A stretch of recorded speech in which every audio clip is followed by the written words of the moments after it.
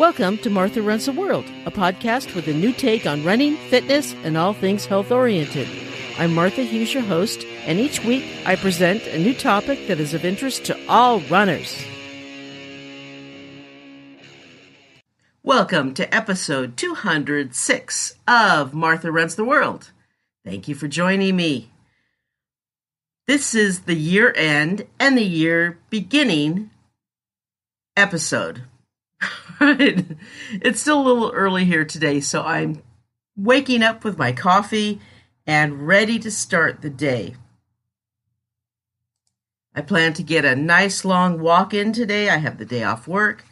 The wonderful thing about working on weekends and sometimes working holidays, I worked over Christmas. It was a short day, but I still worked, is that I always have Mondays and Tuesdays off. I never have to wake up Monday and think, oh, I have to work today, because I never work on Mondays. It's actually kind of cool. So today I'm going to go for a nice long walk. It's going to be chilly out, but tomorrow it's going to rain. So I figure I'll go to the gym tomorrow, and today I'll get my nice long walk in. Until I get my hip replaced in March, I can't really run, but I'll be able to run after that, a couple months after that. And then I'm all done with that silly surgery, and I'll get back on my running. And it's just going to be so much better. I cannot wait, and you will hear all about it. All right, so now this episode is all about what we did last year, some of the highlights, some of the things that happened, some of the lowlights, and what is going to happen, or what I think may happen in 2023. Now, in this podcast, in Martha Runs the World, just a couple highlights. We passed, or the podcast passed 200 episodes, and that is just, for me, that, wow. Did I think it was going to go, my podcast was going to go this long? I don't know. I don't know what I expected when I started. It seems like eons ago when I started. So I'm just so happy that I've been able to do this for as long as I have, and will continue to do it longer. I just love doing it so much, and I look forward to it every single week. I have some amazing shows coming up, and I'll talk about that in what's coming up next year. On a personal note, I camped by myself for the first time. I'd never done that before. So that was pretty exciting. So it was like all my whole life, I'd always just camped with other people. And that was a first. So I'm going to do a lot more of that. Let me tell you, you shouldn't be. I wasn't afraid of camping. I just never thought of doing it by myself. And I just said, yeah, I'm going to do it. It was spectacular. If you've never thought, you said, no, I don't want to do it by myself, do it. Just go do it. Even if it's for a night, it's really fun. If you don't want to go out to, what I did is I went to a state park. I went to Calaveras Big Trees State Park. It was wonderful. It was just a fulfilling experience. You can check that out. That's in September. That episode is episode 194. It came out October 4th. You can check that out. I talk a little bit about it. It was an incredible adventure, and I learned so much about it. I learned about a lot about it myself, and don't be afraid of doing things. Let me tell you that. If you want to do it, just do it. If you don't have anyone to do it with, do it by yourself. Really, I don't care how old or young you are. Just go do it. Go do it. And I also started running again after my first hip surgery. I had my right hip done, and 4 months later, I had it done in October of 2021. And in February, I was starting to run again, just like I had never run before. It was that difficult. It's hard to talk about it, really. It was that hard, but I started running again, and I ran all the way until just like, I would say, just until a few weeks ago when I couldn't run anymore. So I've been running most of the year, which has just been a joy. And it wasn't until September when my left hip started to hurt. So most of the year I've been able to run and just love it. It's been gradual and small distances, but it's been so fun. And I've forgotten how much running means to me, how much I love it, how much I've missed it. After every run, I've been wanting to cry. I love it so much.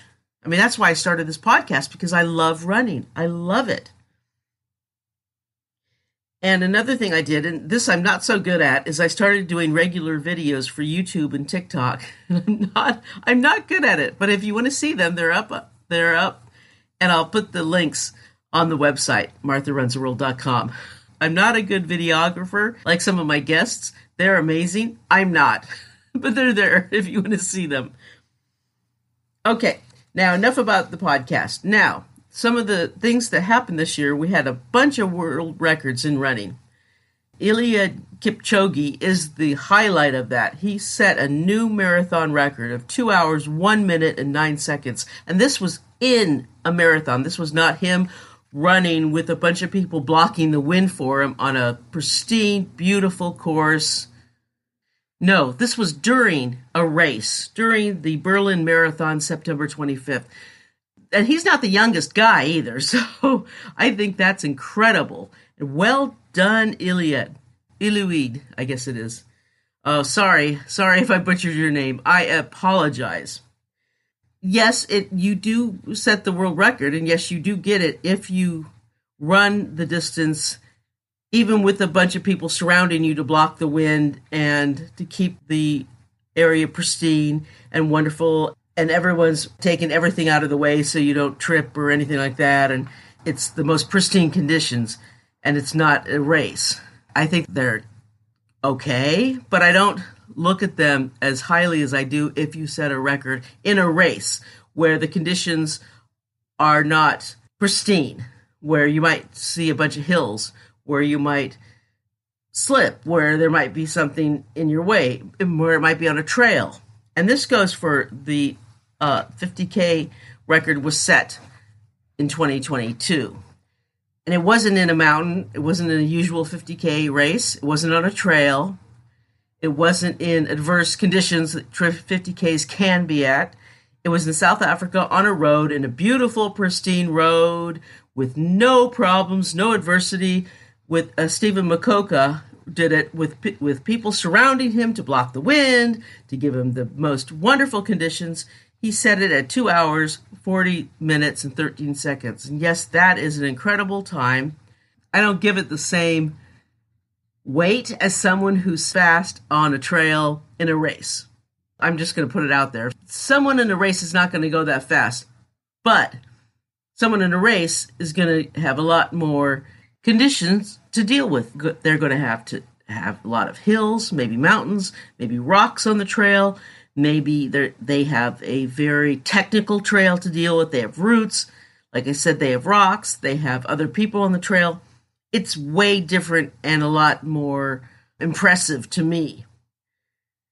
Desiree Linden had set the last 50K record in 2021 on a road, again with a support crew blocking the wind, blocking everything for her, and she had the time for 2 hours and 59 minutes and 54 seconds. And yes, that's impressive, but it's not in a race, not a competitive situation, not the typical 50K trails. I was hoping she would get into 50K races and do it on a trail, but she didn't. That was a one-time thing, and then she's done. So, nope, she did not get into ultras. This is a one-time thing for her, just to keep her from getting bored until the races come back. Now, that time is broken by Makoka. What makes Kipchoge's marathon record much more impressive than that is that it was in a race, not pristine conditions. You know, I watched Linden's 50K race. It's not a race. Okay, I watched her run. It was a nice run. It was on perfectly flat. It was a beautifully paved surface, very nice paved surface. She was surrounded by great runners. So if there had been a wind, she wouldn't have felt it. If it had started to rain, I'm sure someone would have held an umbrella over her head as well, so she wouldn't have felt that either. That's the kind of run that she had. Yeah, it was okay. I mean, just, it was all right. All right. Anyway, so now Alexander Sorokin continues to be an amazing ultra champion. He set 2 records in 2022. This guy is just a phenomena. He set the 100K record at 6 hours, 5 minutes, and 41 seconds. That is so fast. And then he set the 100-mile record at 10 hours, 51 seconds, and 10 hours, 51 minutes, and 39 seconds. He's so fast. He continues to be impressive, and I think he will just continue to do incredible things. Now, there is a lot of dismay at UTMB, and there has been over the last few years, and you've heard it from me. There's a dismay over UTMB taking over the Grindstone race in Virginia. I've expressed previously my unhappiness at their commercialization of ultra races with their partnership with Ironman. Because some of the races in 2022 were terribly organized and racers were very unhappy. I would say mid-pack, back-of-the-pack racers were very unhappy after finishing. And I'll talk more about that when I talk about this year to come. One of the most impressive records that was broken was amputee Jackie Hunt Broersma's race of 104 marathons in 104 days. It was incredible to watch her complete this record for females running marathons in a row. And I watched it through Facebook. When she did it, it was a world record, and it was incredible to see her do it. Now, it has since been broken by Kate Jaden, who broke it with 106 days in a row, but that doesn't make it any less impressive. Now, the male record was set by Ricardo Abad with 607 days in a row, and he did that many years ago. That stands pat, and I don't know why I didn't put the year down, but I didn't. Now, Kenya has a big problem. This is something that continues to be a massive problem in 2022, and I think it will continue to be next year as well. Until they get a handle on it, they're going to have a lot of runners continue to be disqualified. And in 2022, at least 45 Kenyans have been caught doping. What is doping? Now, doping is the use of any banned athletic performance-enhancing drugs by athletic competitors as a way of cheating in sports. And the sad thing is in endurance running, it doesn't help that much. So we don't know why they do it. I would say in sprinting, it probably helps more. But out in ultras and marathons and stuff, it doesn't help that much. So I'm not sure why they do it. I've been doing a lot of reading about this. And in sprinting, I would say if you're doing the track events, it probably helps more. But it's really sad that they're getting banned for something that is not really worth it. The threat of an imminent ban by track and field governing body World Athletics, which would have repercussions for a number of medal contenders in next year's World Championships and the 2024 Paris Olympics, was conceded by the country's sports ministry in a statement issued on Thursday. In it, the ministry said there was a doping crisis in the East African nation and said that sports minister Ababu Namwamba, who was in Qatar for the Soccer World Cup, had written to World Athletics President Sebastian Coe and urged the governing body not to ban Kenya. Authorities have largely blamed the issues on small groups of what they refer to as criminal elements making money off selling banned performance-enhancing substances to Kenyan runners. Kenya has moved to making doping a criminal offense. Well, yeah, hello. But the reality is that the Kenyan anti-doping and athletics bodies have failed after years of warnings to rein in doping, which is often centered in the country's remote, high-altitude running towns far away from authorities and where controls are poor. At least 45 Kenyan athletes have been sanctioned for doping this year, either by the Athletics Integrity Unit or Kenyan's ADAK. It's the highest number in Kenya for years. Another 20 doping cases involving Kenyans are currently being investigated. Now, this is all from an AP story that I was reading. And they also say here, cases have increased. And of course, no one is happy with what is happening in the country at the moment.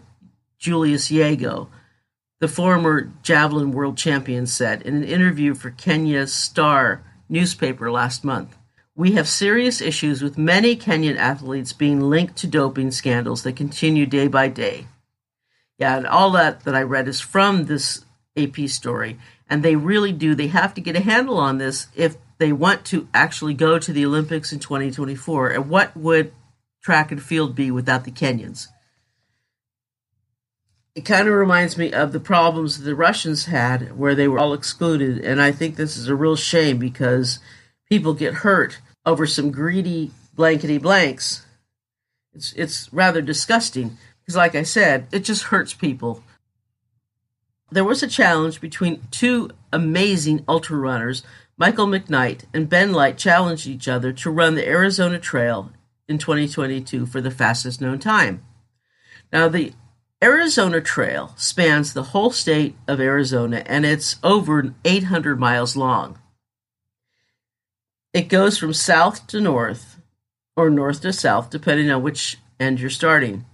It goes from the border of Mexico all the way up, and then through all the desert and everything, and then it goes up through the mountains, and then through the Grand Canyon, and then up to the border.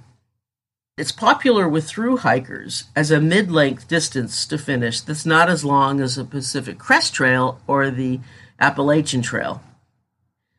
Now, both of these men are extremely accomplished ultra runners, so it's going to be really interesting and exciting to watch them. Now, this started October 15th, and much of it was filmed, and it was fun to follow on Facebook and Instagram. Now, McKnight went south and Light went north, and they were both trying to beat Joe McConaughey's 2020 record of 13 days, 3 hours, and 21 minutes. Now, they started, a lot of the trail is out in wilderness area, and it's not like they could run part of it and every day be supported and taken care of by their crew. On many of these fastest known time races, I don't know what they call them, but these challenges, the crew will meet up with them at the end of the day, wherever the trail meets the road, and they'll sleep in the van, and they'll eat and get their feet taken care of or whatever they need. But that's not how it is on the AZ Trail. It's just way too far out in the wilderness, so they have to fast pack a lot of it and take care of themselves out there.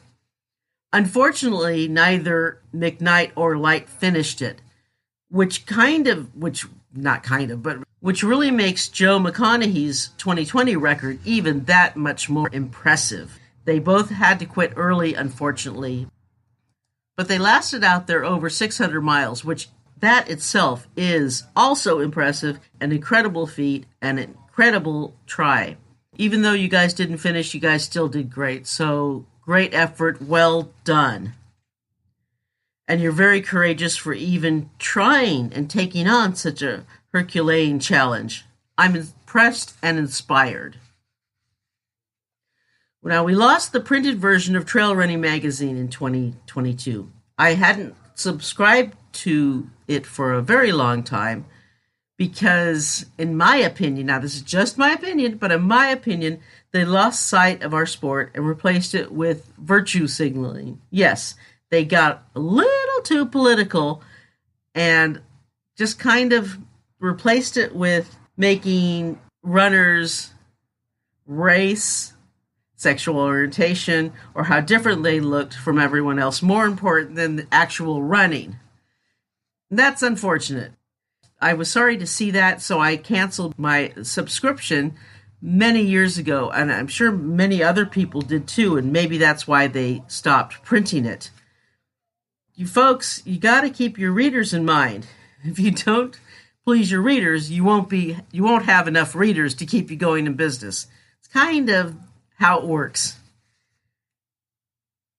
I mean, you can go work for a nonprofit somewhere if you want to just do that. Okay? All right. Now, into something also questionable. There was a questionable incident at this year's Headlands 100 last August. There was a well-known runner, a quote-unquote celebrity of sorts in the running world. His first name is Dean, and I'm going to refer to him as DK. He came to an aid station after being on the trail at night. His face was a little bloodied. There were no scratches. That's important. There were no scratches. He proceeded to tell them that a coyote attacked him. Remember, no scratches. Bloody on his face, no scratches.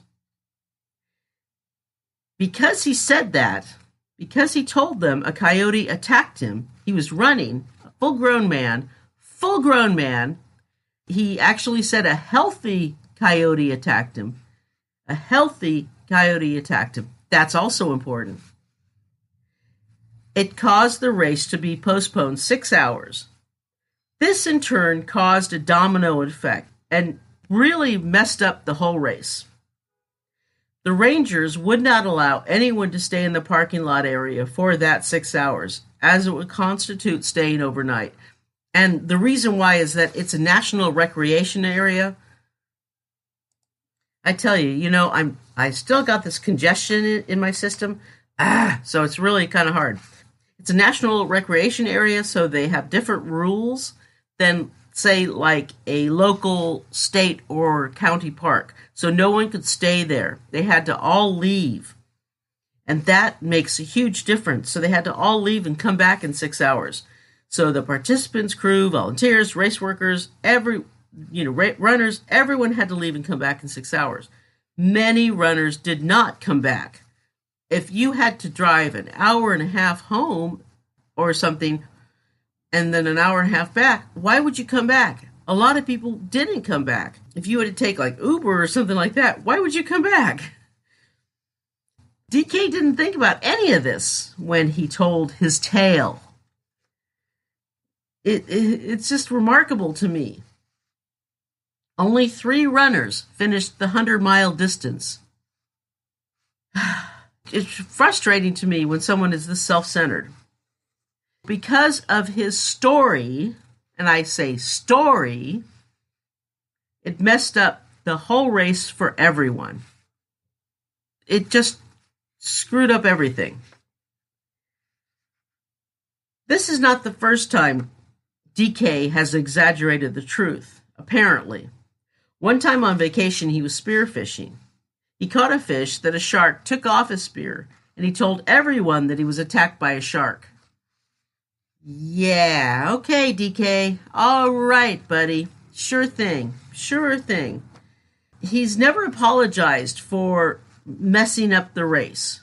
If he would have just come in and said, I tripped and fell, then no big deal. Everybody does it. You're not Superman. You're not Mr. Perfect. Just come in and tell people you fell. We all fall. I've fallen and hurt my head. One time on the coastal trail, I fell, hurt my head, messed up my knees, and I had to walk 6 miles to the bus stop afterwards. 6 miles.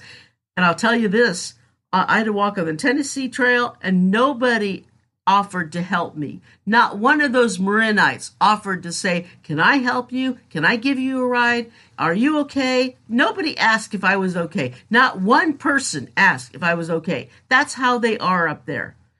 All these rich people, and not one of them offered to help me. So that's the kind of community they have.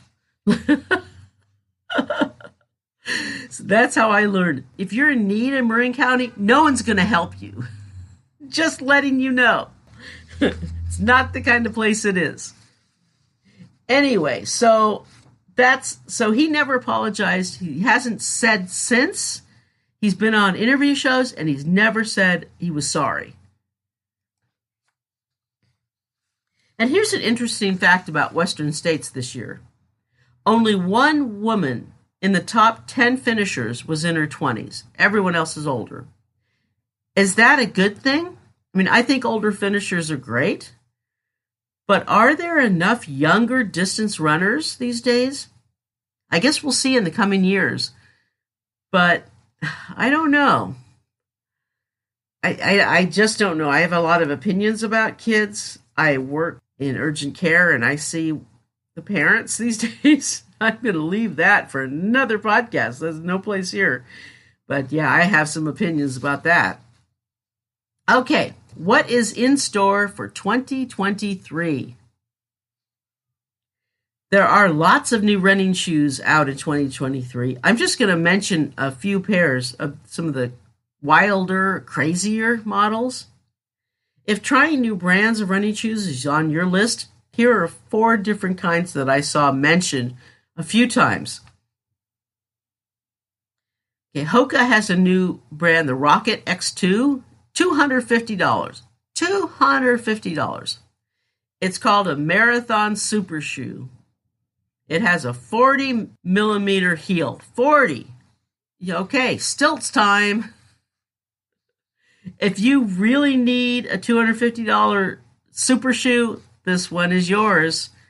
I don't have $250 to spend on a shoe, but if you do, and you love Hoka, and you want these shoes, go for it. Now, Saucony has an even higher shoe, and it's less money. The Kinvara Pro is $180. Woo, what a bargain. And it has a 42 millimeter heel. 42, okay. You want a platform shoes? You got it. This is the highest stacked shoe on the market. Woo, okay. You want a big shoe? You got that.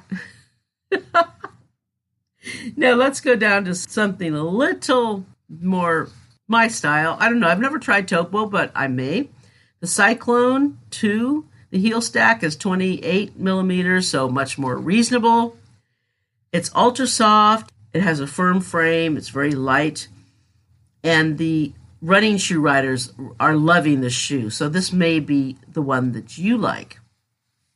In trail running shoes, I've never heard of this brand before, but there was a lot of write-ups on this one. Speedlands, they have 2 shoes, the GS Tam, $275. Yes, $275. And that's not even their most expensive one. They have 2 different shoes out. Now they're almost made to order. Apparently it's a great shoe. So you order it and they make it or something like that. I don't know. But if you've got $300 to spend, here's your shoe.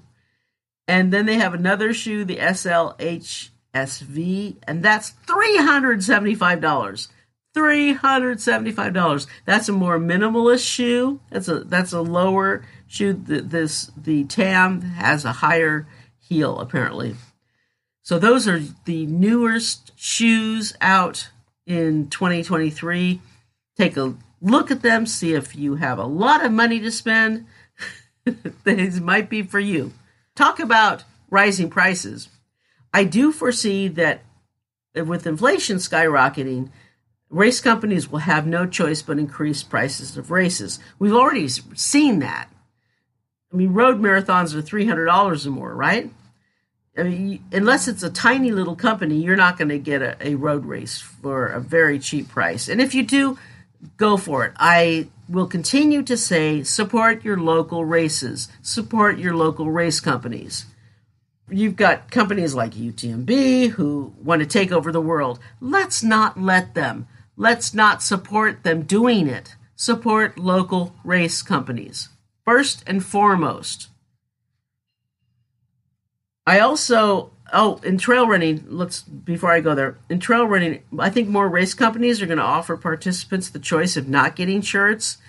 And maybe you can also give them the choice of not getting a medal if they don't want. I mean, medals are cheap, though. They don't really cost that much, so it's not a big deal getting a medal or not. But I think if more race companies would offer not getting a shirt, that might cut down on costs more. Just a thought. And I love the idea that some race companies are offering other things besides shirts. I got this killer hat from Ride to Walk race that I did last September. I love it. It's a black trucker's cap, and I absolutely love it.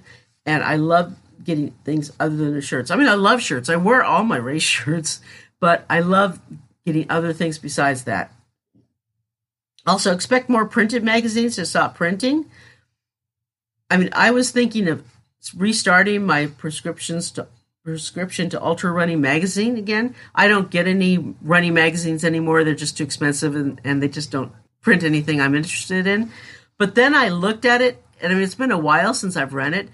I looked at it, and I saw the annual price of getting it, and it's $50. $50 for a magazine. I mean, that's the same price as like National Geographic. You get a lot more with them. I'm not paying $50 for a magazine. I can buy books for $50, and books are permanent. Magazines are not permanent. So, yeah, magazines have to think long and hard about how to gain readers and retain readers. Going the virtual signaling route is not it, in my opinion. Time will tell what the results for UTMB will be in the grindstone race. I'll wait and see what runners say after the race. I'm going to really take a look at that. And I really feel that the rise of UTMB is going to hurt local race companies a lot, and local races. I have some amazing episodes lined up already for 2023. You are going to love them. I've got some great interviews coming up in January and February, and I know you're going to appreciate it. The big things are happening. I know that you also have big things coming up. I am going to be running again. I've got races to run. I already have 2 races out of town that I'm going to do. I'm going to do more camping in 2023 because camping was so fun by myself last year. I want to do it again. I have plans to go to Kings Canyon National Park later on in 2023 that I'm really, really stoked about. So you will hear all about it. So what are your plans for 2023? What do you want to do? What's your big race? What are you planning for? What are you looking forward to? Do you have any races you are traveling to? Let me know. Put the comments in the website for this episode at martharunstheworld.com, or if you would prefer, email me at martharunstheworld@gmail.com. If you want to join the Facebook group, I will put the link in the website, and you can join because we have a really nice group. I plan to get more active with that. I'm going to post more in there, I promise. I know 2023 will be an amazing year. I don't plan to go quietly into the year. No, heck no. I'm going to open that door, announce myself, and say, this is it. 2023 is going to rock. Yes, and I hope you do too. Thank you so much for supporting me this year and every year. And let's look forward to 2023. So until next week, let's tie up our shoelaces and go for a run.